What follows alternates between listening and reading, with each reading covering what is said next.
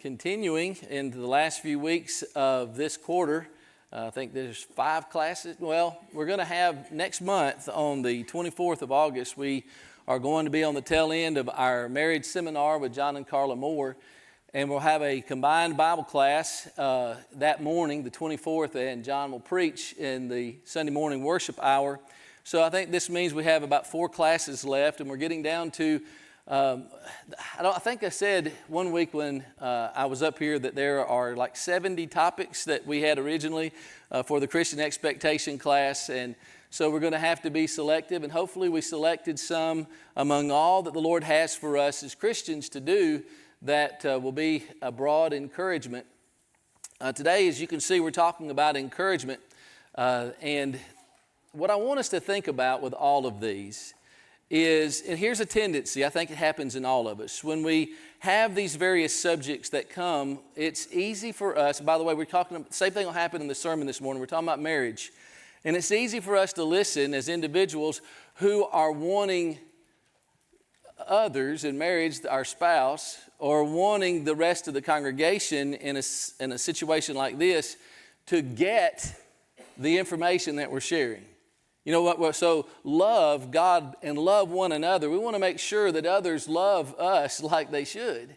And the same is true with fellowship. Are others extending fellowship to me and making me feel welcome? You know, all the way through that, the expectations that God has, it's easy for us to sit there and listen passively, hoping that others are getting that to help us. I really think of all the things that we're going to be looking at in this quarter, this is definitely one of those where we want others to be encouragers of us.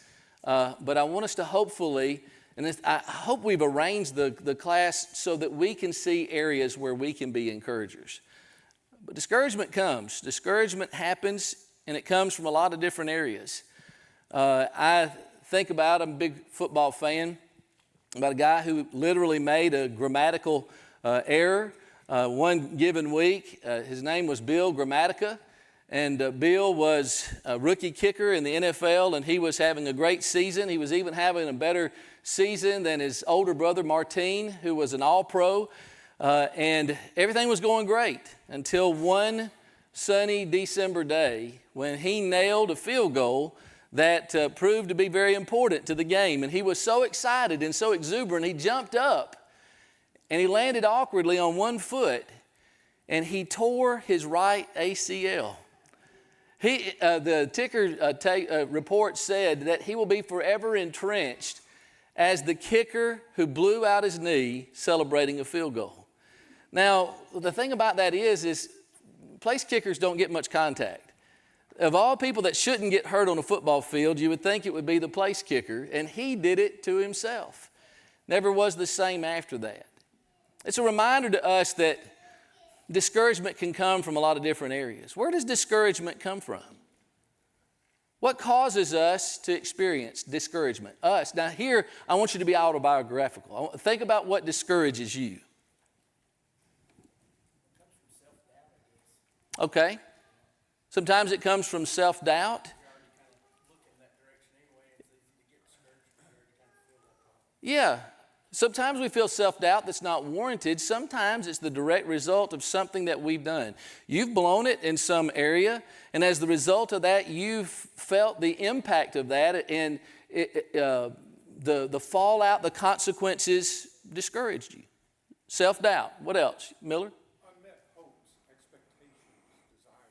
Yes. You know, I like that. It's funny, I didn't know where this would fit in, but that fits in perfect. The classified ad, you've heard it that said, for sale, hope chest, nearly new, half price, long story, right? So there's a guy who had some unmet expectations, some disappointment. All right. What else? Failure or perceived failure in an area. Okay. Yeah. If, you know, we have areas that we struggle with where we have weaknesses. And I don't know, sometimes those battles are pretty short, sometimes those battles go on and on and on. And the longer it goes where we're fighting some area in our life that needs to improve and we keep stumbling and falling, that's discouraging. And so again, that points to something that we've done. Any other areas, different areas than that, where we may feel discouragement? Other actions. All right. Someone that you have confidence in or hope on, and they make choices that Yeah. Yes. You know, we don't live in a vacuum. And when we talk about encouragement today, especially in the community life of the church, the discouragement will sometimes come from the things that others do to us. It may be in our family. It may be in those that we feel closer to. It may be those that we have difficulties getting along with. It may even be with those that we don't know very well who are part of the body of Christ. It may be in various groups of ministry. But also the inactions of others. You ever discouraged because you would have felt like somebody would have done something, but they didn't do something that you felt like they should have? A sin of omission, as we might say. Yes, sir. Lack of knowledge of the work of Christ, what He's done for us and what He will do for us. Okay. Get discouraged by the enemy and not really spend time knowing the Lord better. Yeah. Yeah, 2 Corinthians 2 and verse 11 says we're not ignorant of his devices, and he seeks a way to take advantage of us. And knowledge brings with it power, but knowledge can also bring with it encouragement. And so there's power. We feel power when somebody can see the discouragement that's going on in our lives, who perceives that something's not right in that department, and they come along and encourage us. It has vital power. There was a lady by the name of Mrs. Morozla, a true story about a teacher who had a little student named Mark in her class. And in an earlier grade, and look, this is a true story, times have changed. I know this would mortify us today, but he was so incorrigible and he didn't know how to behave that she decided to tape his mouth shut so that she could be able to talk and teach. Then she had him again in 7th grade. And they'd had a hard week, and everybody was getting cranky in the class. And so Mrs. Morozla at that point decided that she was going to take a break that Friday afternoon. And she asked all the students in the class to sit down and write the best thing that they knew about every single other student in the class. So they spent their time doing that, and they turned all that in to Mrs. Morozla, and at the end of class over that weekend, she compiled what they said about each other, and she gave it to each of those students, and time marched on. Well, Mark was killed in the Vietnam War, and after the funeral, several of those classmates from that class and Mrs. Morozla went and had lunch with the parents. And as they sat down to eat, Mark's dad pulled out a wallet. And in that wallet, he said they found it on his body when he was killed. He pulled out of that wallet a piece of paper that was old and taped and frayed and pulled it out and said, "This is the list that was compiled in 7th grade." And then Becky sheepishly said, "I keep mine in the desk drawer beside the bed." And Chuck's wife said Chuck keeps his in the back of our wedding album. And Vicky said, "I keep mine in my diary." And one by one, each of the students who were present took out their little paper. Adults who were so fueled by an exercise that took place in 7th grade that it was key and central. What does that tell us? It tells us that a lot of us are suffering from a lack of vitamin E. We need that. I love what Isaiah says in Isaiah chapter 50 and verse 4. He says, "The Lord has given to me the tongue of the learned so that I may know how to speak a word to him who is weary." So today I want us to talk about how we can help this to be a great and strong church, but it can also help each of us individually to meet God's expectations, keeping in mind that this class is about God's expectations for the Christians. And what He expects of each and every one of us is to find ways to encourage each other. So in order to do that, I want us to look in several directions. We're going to look in seven different areas. And I want to say up front, there are more than 7 groups that make up any congregation of any size, especially one that's larger. And so this is somewhat representative. But before we get to those 7 groups, I also want to look at an important principle up front. And that is that balancing requires, or that encouragement requires a balance between rebuking and encouraging. As people who try to remain true to the book and who are remaining obedient to Christ, there's a need for us to rebuke. There's a need for us to stand up and to say things that are right and things that are not right.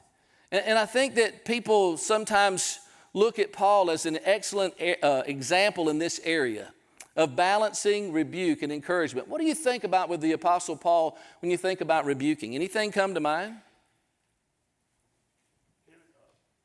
Peter, right? He comes along and he talks to Peter. And by the way, we're going to look at Paul's writings in just a second. That's in Galatians chapter 2. He went to church with Peter, and he saw Peter who had withdrawn himself from the Gentiles, and he said that I withstood him to the face because he was to be blamed. So Paul was not one who was afraid to rebuke somebody who had done something wrong. Any other way in which you see Paul's spirit of rebuke live? Can you think of any passages or any principles? Can you think about anything that the Apostle Paul taught about that would fall into the category of rebuke? Making choices about what to do to defend somebody. Okay. So you have Jesus, who first gives us the importance of how to handle those who are disorderly. But most of the instruction we have in the New Testament comes from the Apostle Paul, the most difficult thing that a congregation deals with. You know, the Apostle Paul is the one who said, if anybody comes and preaches another gospel than that which we have delivered unto you, let him be accursed, let him be anathema. I mean, the worst thing that you could say. So Paul was not afraid to rebuke. Paul was comfortable with talking about hell. He was talking about the judgment. He was talking about problems that exist and what to do with that. And I don't know how much you ever stayed in tune. I guess with social media, it's probably gotten worse. That there are certain personalities within the body of Christ who seem to pride themselves on following the example of the Apostle Paul, and they love to write people up, maybe even write people up by name. They're not afraid to call them by name. And maybe it's some doctrinal issue, maybe it's some moral issue, but whatever it is, they just drill down and they really just, they flame them, they burn them up. And they even sometimes look at the Apostle Paul as an example of this. Now, did Paul call names in his writings? If you're interested in this, there are 19 times in Paul's writings where Paul calls individuals by names. Now, something for you to take note of is that 2 of those 19 at least were not members of the church.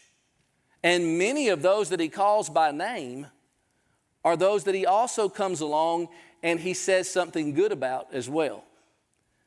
Now, if you want the statistical report on that, 19 names in the writings of Paul equals about 1% of Paul's writing.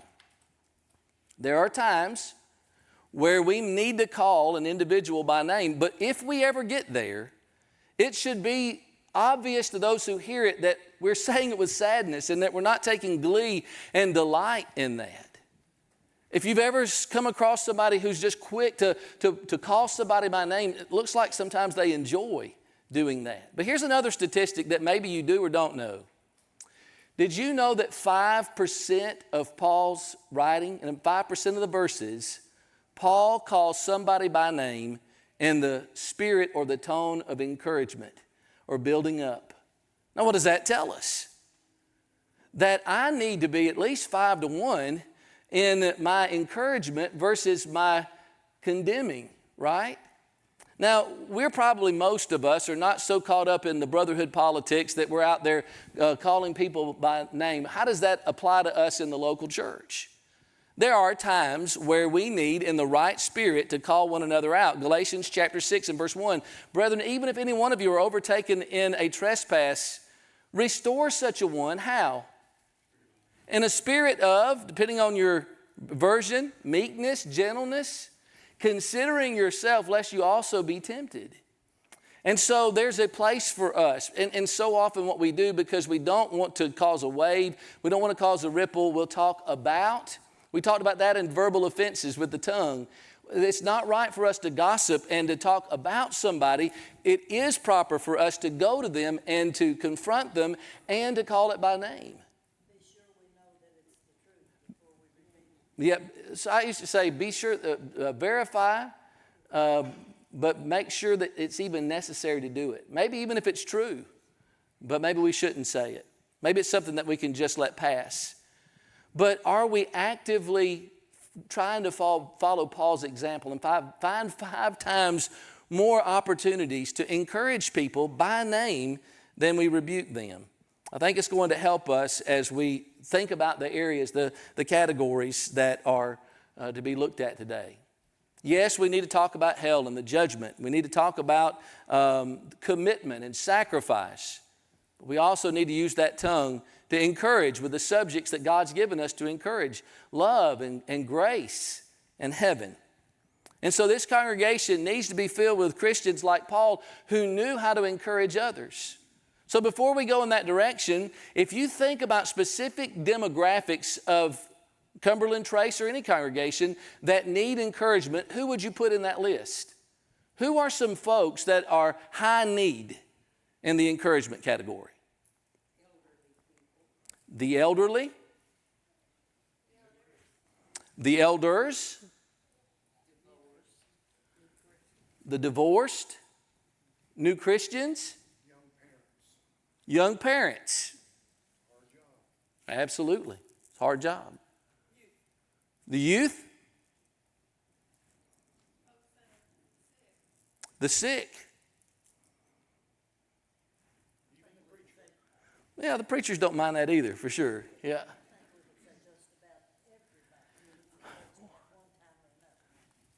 Leave it to Miss Dolores to get to the bottom half of our exercise here. Yeah, it is, really. We would, if we spent the time in class, we could have named every single way that you could divide a congregation. And really, it's a good exercise sometime. Have you ever thought about how diverse any congregation is and how you could break down the church? And in each way that you break it down, there are unique needs for encouragement in every one of those demographics. You've pretty much listed out my outline, so let's have a nice long period of fellowship as class is completed. Let's look at some of those. Yes, sir, Mike, before we get into it.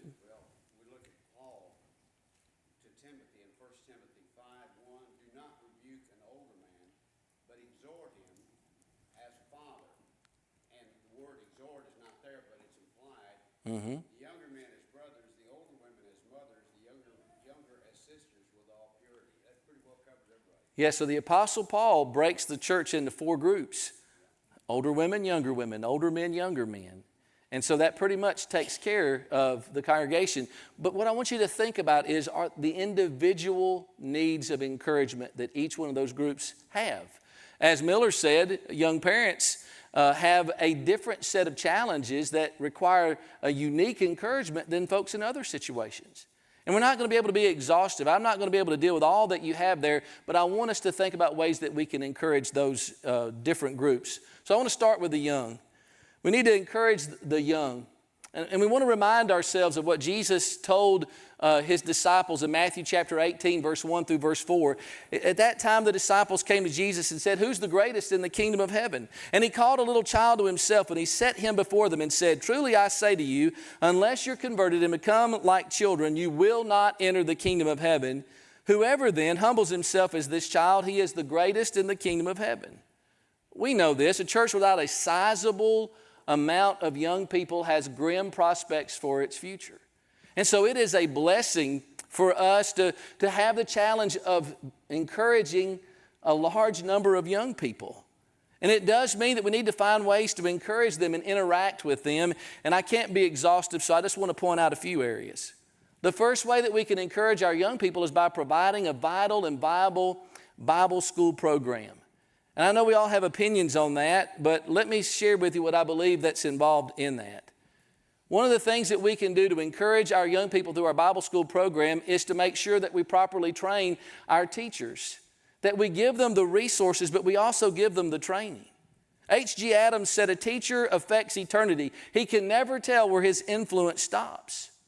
The most desirable quality that a Bible teacher should have is Bible knowledge, but also Bible knowledge that he or she knows how to use practically in a Bible class.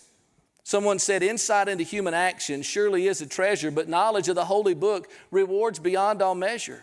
Understanding in earthly matters makes earthly living sweet, but understanding what God says never can be beat." And it also suggests that regular teacher training workshops can help us to teach. If you sometimes teach, and this is just an off quarter for you, there's a great book out there. It's called The 7 Laws of the Learner. Kathy, do you happen to remember who the author is of that? Okay, just look it up on bookfinder.com or on Amazon or wherever you buy your books, The 7 Laws of the Learner. And the encouragement, I think it's Wilkerson is the last name of the writer. And it's how to engage, how to be more effective. A couple of years ago in Equipped, we had a teacher workshop. I don't think any of us ever get to where we want to be as teachers.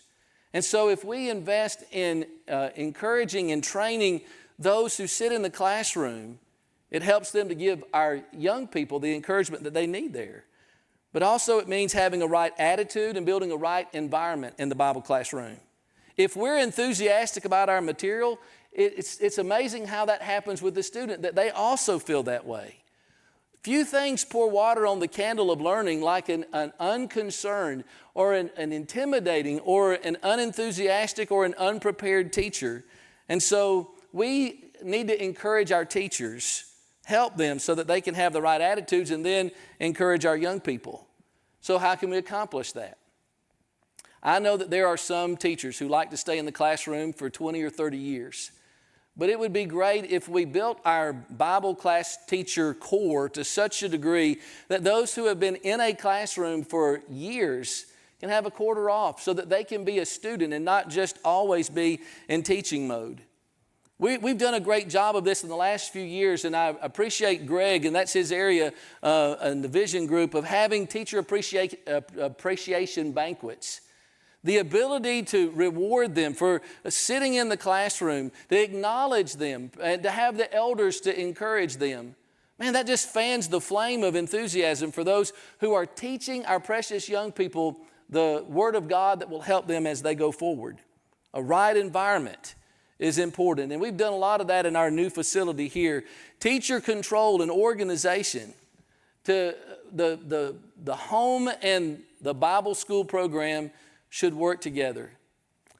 That means it would be good to be able to have homework and Bible classes, and to take that home and to have parents be conscientious about that and to tell their children to do their homework and come into class with the homework done, to be prepared, to be ready, to know what the Bible class lesson is. And of course, teachers, we need to make sure that we're prepared. It means having a good curriculum, and I don't need to say anything about that because we do a great job with the curriculum here. And it means faithful attendance, coming in week after week, a consistency that says the Bible class is important. But we also need to provide spiritual and service opportunities.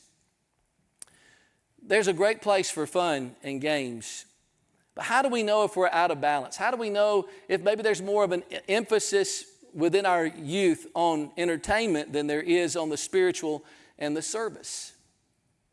One thing I've observed through the years is if we have great participation for the entertaining, the things that are fun, and we have a hard time with the spiritual and the service having enough to do those activities, that may mean we need to work more on the balance side of that. As we build an encouragement for our young people, we need to make sure that we sprinkle that in along the way, because what can happen is, especially in a robust youth program, is we are providing so many resources, we are catering to, and then they get to a stage in life where they become adults, and we stop focusing the resources on them, and we say, okay, try to make your way, try to find your way. And so all along the way, we need to find ways for them to serve, to go and to spend time with our shut-ins, to go and to minister to the elderly, to rake a yard, to provide food and ways that they can use their talents to serve and grow the kingdom. Wonderful thing that Hiram has done is taking the Into the Word that we have done on the adult level and having that be done periodically with our teens, to be able to have them sit there and open up a Bible and to build their interest. That breeds a generation that leaves home with their faith strong and intact. And that's the way we can encourage our young. But also pay attention to them. Shake their hands after worship. Take an interest in their lives, in their schoolwork, in their after-school activities, and their interests. As you can, call them by name. Look for and praise the admirable qualities that you see in them and ask for their help. Nobody is more encouraged than somebody who you go to them and tell them, I need you to help me with something. We're all looking for purpose, ways to be involved. And this is not exhaustive. We don't have time to be, but encouraging the young takes forms like these. Any thoughts on this before we move to another group? Let's go to the other end. Encourage the elderly. You know, we live in a youth glamorizing society, and the thing that makes that difficult is that folks are growing older and folks are living longer. And in fact, it happens that we can outlive our peers and we can outlive our spouses, and we find ourselves at a point where we don't feel like we're as valued anymore, even in congregational life, and it can be very discouraging. You think about individuals in a congregation, if you've known them for decades, think back to 30 or 40 years ago, if your memory goes back that far, and think about individuals who were vital. Maybe they were elders or deacons. They were entrenched in the work of the church, and now they've reached a stage to where they're just not as physically viable anymore. They're having issues, limitations. And as a result of that, they just feel like they're not useful anymore. This is an important group for us to encourage. So how can we encourage the elderly? What can we do to encourage our elderly members? If some of you, now you mentioned that a moment ago, if you can think of some tangible ways, if your hair's a little bit grayer than some of the folks around you in the room, how can we? What do the elderly need?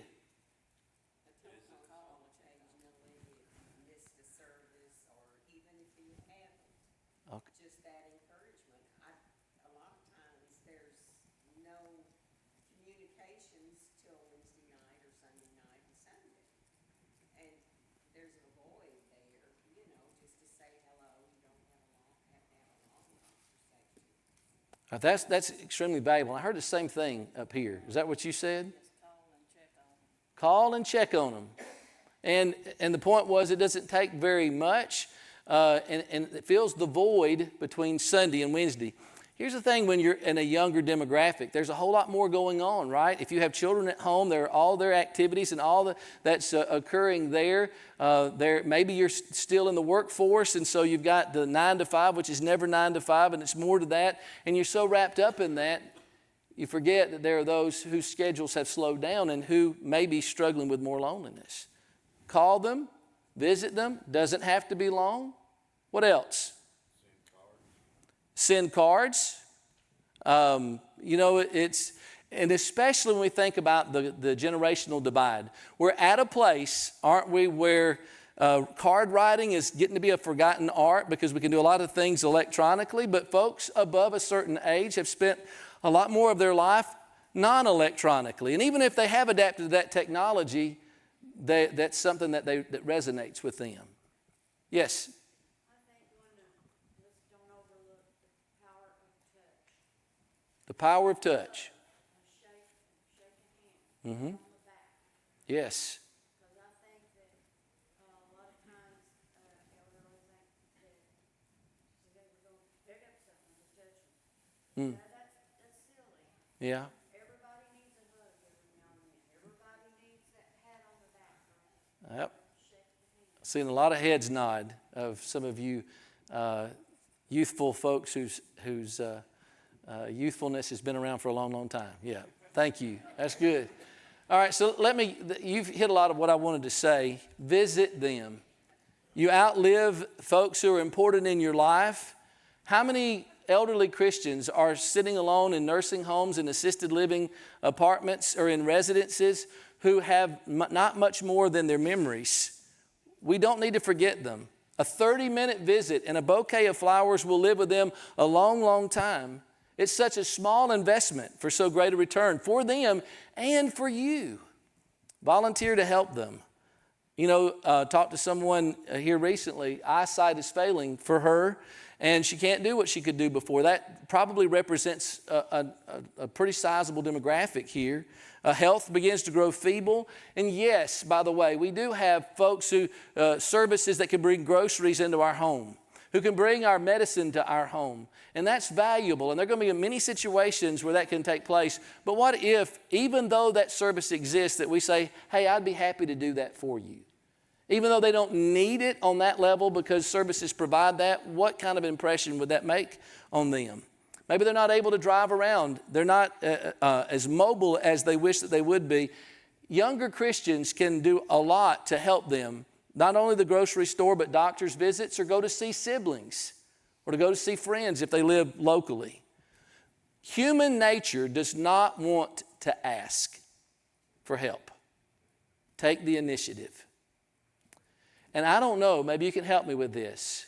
A lot of times we who are trying to reach out and serve and encourage will say, let me know if I can do anything. I really think that's coming from a good place. But now put yourself in the receiving end. You need help. And somebody says that to you. What are you going to say?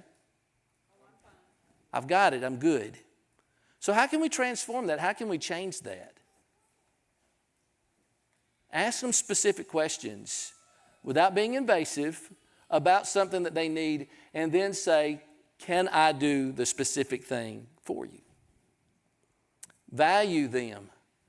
And this is outside of acts of service that we might do. Proverbs chapter 16 and verse 31 says, a gray head is a crown of glory. It is found in the way of righteousness. In Proverbs chapter 20 and verse 29, the Bible says, the glory of young men is their strength. The glory of the old man is his gray head. Remember, Rehoboam nearly lost a kingdom because of his improper relations with the elderly among him. And we don't want to harm God's kingdom by not being mindful of those who are elderly among us. What a powerful change it would make in the sum total of the encouragement felt in the congregation if perhaps we had adopted certain ones in the congregation and reached out to them. And by the way, that's done here. There are those. Go and make visits and somebody says, such and such takes care of me, looks in on me all the time. What a blessing that they are. Number 3, we need to encourage the sick Christian. We've all made the joke about the well-meaning but awkwardly stated prayer, Lord, be with those who are sick of this congregation. We know what's meant by that. Every congregation is going to have those who are sick, who suffer illnesses. There are the usual short-term problems that we have in our bulletin, and look at that long list that we have there. But there are also those with acute and sudden and one-time problems. But in every congregation, there are those who have chronic and extended illnesses. And what can happen is the longer that they're there and they're wrestling through these things, maybe on the front end we say something, we do something, but they're living with this. It may be a condition that never gets better. And we cannot forget them in those situations. I just want to share this with you. The word visit, when you think about visit in Bible verses, can you think of a passage that comes to mind? Maybe you can't quote the chapter, but where do we hear about visiting? There's James 1:27, to visit the fatherless and the widows. Can you think of one that Jesus used? In a parable, in Matthew 25, I was sick and you visited me. That word visit there is a very interesting word. Did you know that word is found 115 times in the book of Matthew alone? And it's found 9 times in Matthew chapter 25, and 5 times it's used to speak of Jesus visiting us. In other words, when the Son of Man will come in his glory, that word come is our word visit. Just as sure as Jesus is coming to pay all humanity a visit, he wants us to go and visit the sick and those who are in prison. And so we need to encourage the sick Christian. We need to encourage the new Christian. A sometimes overlooked part of the parable of the soils are that there are more who hear the gospel and obey the gospel and who fall away than there are who hear the gospel and don't come to obedience. You have the parallel accounts. You do have Luke's, and that's when we think of in Luke chapter 8, verse 11 through 15. We have these different demographics. You have those who in time of temptation fall away, those who have the riches and the cares and the pleasures of this life, and they bring forth no fruit to maturity. And in those situations, these new Christians need us to make sure there's an attrition rate. There are some, no matter what's done to encourage and to reach out to them, still fall away. But how many might not if we encourage the new Christian? Yes, sir, Mike? Going back to the encouraging and visiting the sick and so on, I want to look at a different perspective of what an old preacher told me one time. Because we look at, this, but we need to look at the recipients of the help because they need to be also receptive to the people who are trying to encourage them.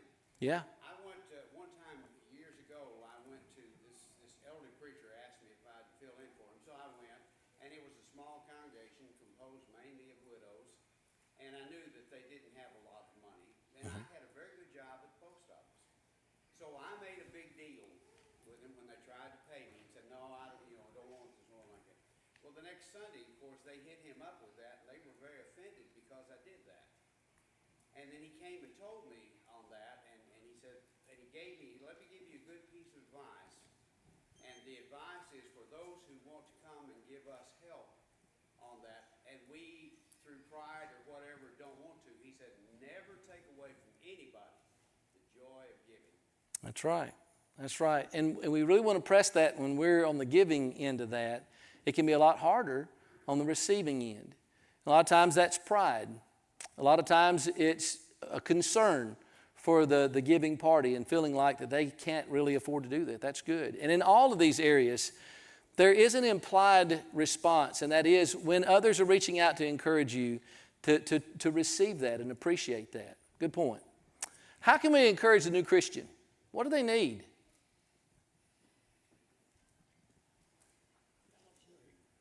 Okay, they need fellowship. I was going to say they need to feel like they're a part of us. Yeah. They need to feel like that they're part of the family because they are, right? They're the 1 Peter 2:2. They're the newborn babes who have increased care. Let me suggest a few things before we move on. Number one, every time they attend, tell them that you're glad to see them. Don't take their decision for granted. When somebody becomes a new Christian, they're changing a lot of different things. They're changing their circle of friends. They are changing habits. They're changing lifestyle. Their hearts have been changed by the gospel. They've changed their state. And so many different ways to look at the change. It's changed their relationships with folks in their old life. And so it can be difficult. Maybe you long ago made the decision that you're coming to services and you don't wrestle with that anymore. But if it's a new lifestyle for you, it can be very difficult.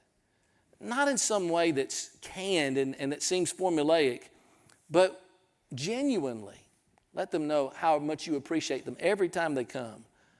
Get them involved in the work of the church. I look around this room and there are so many folks who are involved in important ministries in this congregation.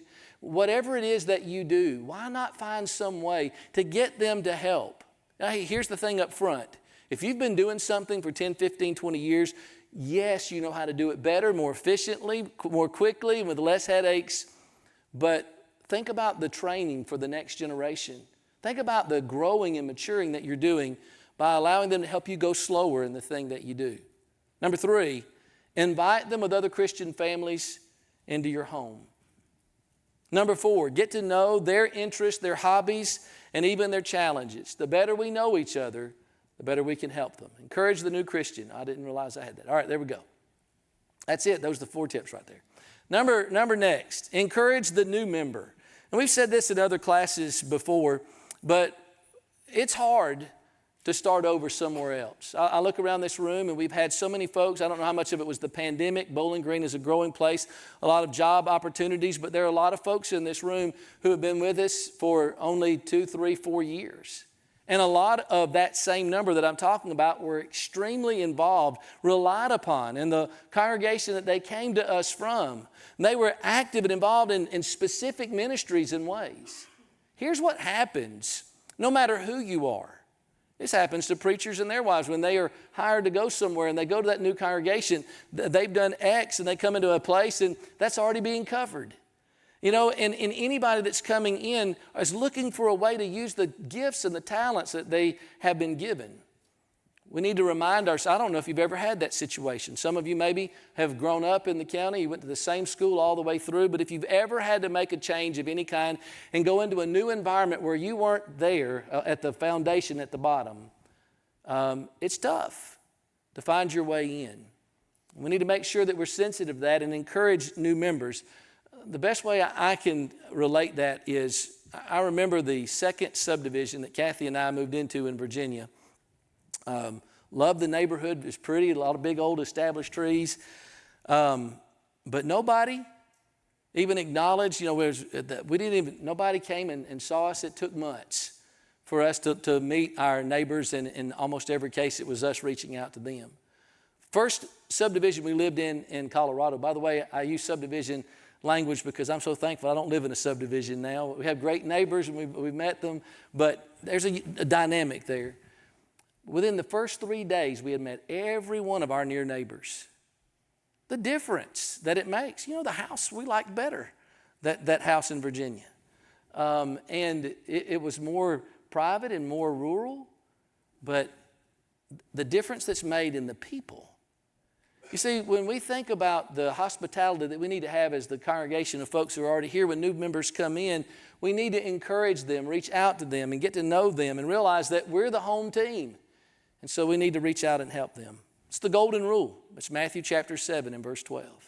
And it can be overwhelming. I've never been in a congregation where so many came so close on the heels of one another. And that's a blessing, but it's also a challenge that we need to respond to. We also need to encourage the overlooked. The overlooked is a sizable portion of the congregation. I would say that the predominant representation here, at least a majority, are folks that fall into that overlooked category. What do we mean by the overlooked? Who are the overlooked? The overlooked are the wheels that aren't squeaking. The overlooked are the ones who never create problems in the local church. The overlooked are the ones who sometimes refer to themselves as the silent soldiers, the ones who are quietly working behind the scenes. They're productive. They cause the growth of the church. They're what makes the activities that go on work. They're the ones you can count on every time the doors are open to be here. How do we encourage the overlooked? Don't overlook them. Find ways to say, we see you and we appreciate you. And it's what helps to bring joy to the leadership, to know that they don't have to worry that you're high maintenance, that you're doing what you're supposed to do to the very best of your ability. You give generously. You're here when the doors are open. You help other people, and on it goes. We also need to encourage the visitor. It takes a lot of courage to walk into a strange auditorium, and some auditoriums are stranger than others. You think about when you're visiting on vacation and you go somewhere to go to church. That's a very vulnerable activity, isn't it? You go in hoping that you're not invisible. And we could all tell stories. I've told them before. I went into a congregation one time, and it was probably twice the size of this congregation, and nobody said a thing to us. And we stood around, we stayed around just waiting for somebody to engage us, and we walked out a side hallway out the building. I'll never forget this. Been many years ago. The associate preacher came out to us. I didn't even know he'd seen this, and he said, "I'm sorry nobody talked to you." Felt like a prepared speech. I imagine he gave that one a lot. It's hard for somebody to come and do. So yes, we're talking about out-of-town Christian visitors, but what about the folks from our local community who come in among us? They need encouragement, because what's going to happen with that? What can we do to help to further that along the way? We don't want to come on too strong. But we do want to build rapport and relationship that will help them in their relationship with God. Dale Carnegie said this: "You have it easily in your power to increase the sum total of this world's happiness now." How? By giving a few words of sincere appreciation to someone who is lonely and discouraged. Maybe you will forget tomorrow the kind words that you say today, but the recipient may cherish them over a lifetime. Let me give you some practical things to end with here, and then the class will be yours. Number one, use your church directory. Whether it's the electronic one, I know we don't have the printed ones as much, and if we can help you to get on the electronic one, we'll do our very best to do that. It is handy and helpful, and I think we are trying to come up with another printed option. But however you have that, take it and go through it. And use it as kind of the playbook of who it is that you need to reach out to and encourage. Call those who have been absent or who are going through difficult times. Not to get into their business, but to encourage them. Keep the conversation brief. Keep it positive. Tell them you love them and that you care about them. And remember Carnegie's remarks, it may live with them for a lifetime. Number 2, implement ways of encouraging various segments of a congregation. Have we thought about maybe having elders and deacons and teachers? We already do the Teachers Appreciation Banquet, but why not appreciate those individuals who are the spiritual leaders of the congregation? How about honor to whom honor forums? Find ways to publicly point out the good that others are doing. Maybe it's in the announcements. Maybe it's in the bulletin. Maybe it's through some electronic means. And then start and maintain a card program. I know that's being done at certain levels. What if different demographics did that? What if our young people had a card program? A robust means of on a regular basis reaching out and targeting individuals. We have the Pen Pal program that's going on now. This is a way to encourage those in third world countries who need our encouragement. Every way that we can do that. Here's what I've seen in time. When we faithfully reach out and write and to tell people who visit us how much we appreciate them, I've seen Bible correspondence students come to church as a result of that. I have seen people who have received that kind of written encouragement who have gotten into Bible studies, who have obeyed the gospel. I have been in other parts of the country where the congregation where I was doing that in a vital way and saying, we were bombarded. You don't know what a difference that it makes.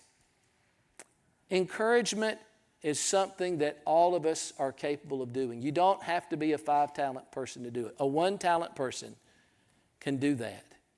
And in that way, cause the kingdom to grow and to strengthen.